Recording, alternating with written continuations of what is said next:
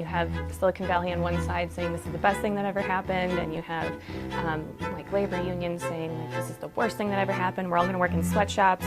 And really what I found is that both things are true, and it depends who you are. Like a lot of things, this works a lot better if you have the means to save a year's worth of living expenses and buy your own health insurance and save for retirement on your own than it does if you don't have those advantages. The traditional structures and regulations that protect workers are all attached to the employment relationship. So if you're working in the gig economy, you don't have any of those. I started writing about the gig economy in 2011, and I was working as a startup reporter at the time and hearing all of these startups pitch their products and noticed this trend of people saying, okay, we've got this new app where you can find work, and that means that you can work whenever you want, doing whatever you want in this flexible, independent way. You're going to be your own boss. And what I found, many, many years later in interviewing people who are working this way, there are like a good number of people who are looking for that. On the other end, there are people who are doing this because they can't find any other work.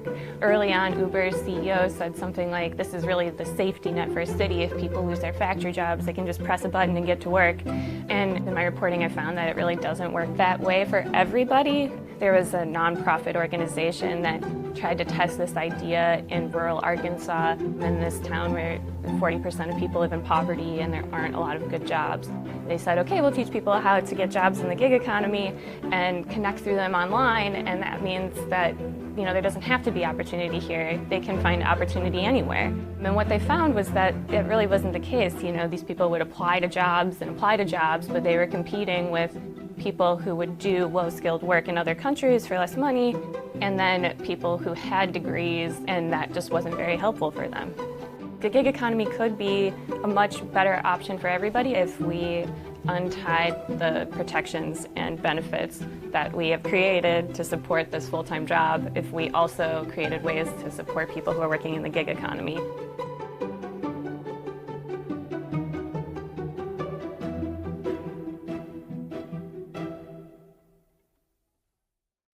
Hey, NBC News viewers, thanks for checking out our YouTube channel. Subscribe by clicking on that button down here, and click on any of the videos over here to watch the latest interviews, show highlights, and digital exclusives. Thanks for watching.